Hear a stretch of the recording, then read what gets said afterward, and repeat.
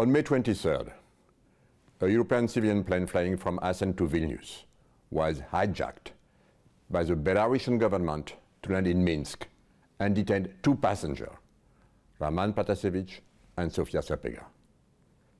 1 week later, here I am in Vilnius to express my deepest empathy and solidarity with Raman and Sofia and all other passengers on the plane and beyond, with all Europeans.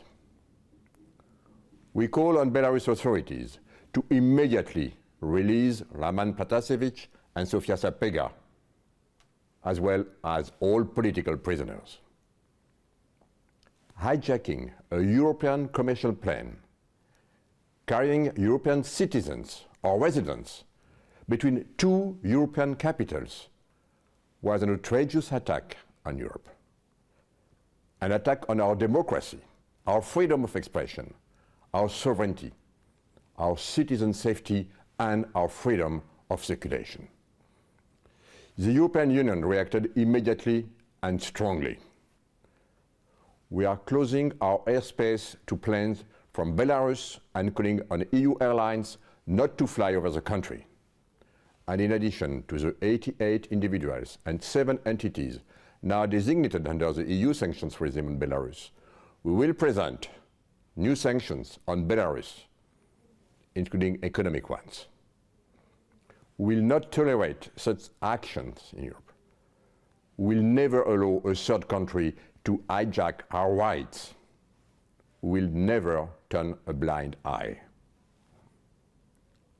I believe that we should draw a number of lessons from this scandalous event, from the Baltic states, which are in the front line, and for Europe as a whole. These hijacks remind us that the safety of journalists and bloggers is not a given everywhere on our planet. We only have independent information about the situation in Belarus thanks to the courage and determination of journalists and bloggers like Raman Pratasevich. That is precisely why authoritarian regimes are doing everything, even hijacking planes, to try to silence them. Press independence is something fragile that we absolutely need to protect. It is a precondition for press freedom, of pluralism, and of democracy. We need to ensure that those who disseminate information enjoy the highest standard of protection, both online and offline. I'm working on a European Media Freedom Act to complement our legislative arsenal in the EU. It will increase transparency, independence, and accountability around actions affecting control and freedom of the press. It is not a coincidence that the European Union has denounced the Ryanair hijacking and the arrest publicly and strongly before our allies and partners, the US and NATO.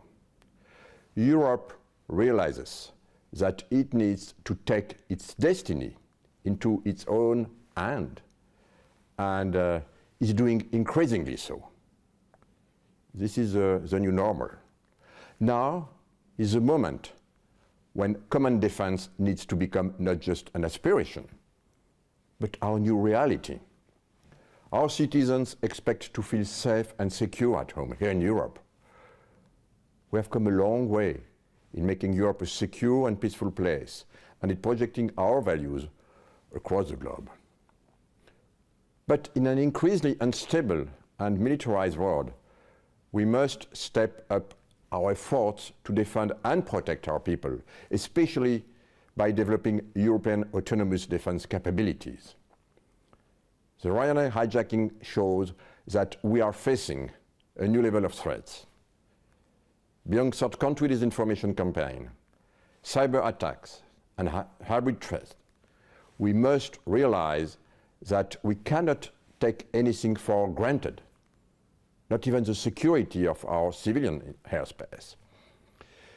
With the European Defence Fund, which I'm responsible for, we are enhancing our collective capacity to protect ourselves against foreign insurgents. We are ensuring the security of our airspace the integrity of our territory and the defense of our cyberspace. The European Defence Fund will finance such defense projects, which will directly benefit Lithuania and the Baltic states at large. This is also an opportunity for Lithuanian companies, and I encourage them to look closely at our upcoming calls for proposals. I am also working on establishing a European cyber shield to secure our digital space.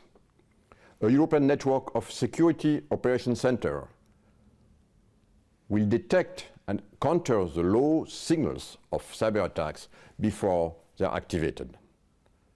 For obvious reasons, I want one of these European SOCs to cover the Baltic region.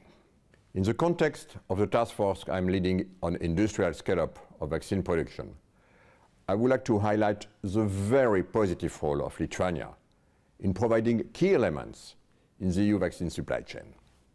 In particular, the recent launch of a new production facility, Thermo Fisher Baltics, which I'm visiting today, is a very important step in reaching EU autonomy in vaccine production. These products, reagents and enzymes, play a central role in the production of mRNA vaccines. I am here to encourage further expansion plans, not only for the reagent, but also for other steps of the mRNA vaccine production. I would like also to express my deep concern regarding the epidemiological situation and low vaccination rate in non-EU countries that are neighbors of the Baltics. I am, of course, thinking of the Kaliningrad region compared to the EU, where the vaccination rate is very worrisome, with reportedly only 14% of adults having received a first dose. In Russia, it's only 13% of the adult population receiving also a first dose. The situation is also dramatic in Belarus, with only 6% of the adult population vaccinated. This is a compelling reason for Europe to continue increasing its production capacity and helping and exporting to the world. We in Europe firmly believe that we have a global responsibility toward the rest of the world. And because it is in our own interest to avoid the emergence of COVID variants elsewhere. We have already offered vaccine assistance programs to our EU neighbors, of course in the context of friendly, cooperative and standardized relations. And we will continue to do so, notably with Eastern Partnership countries such as Moldova, Ukraine and Georgia.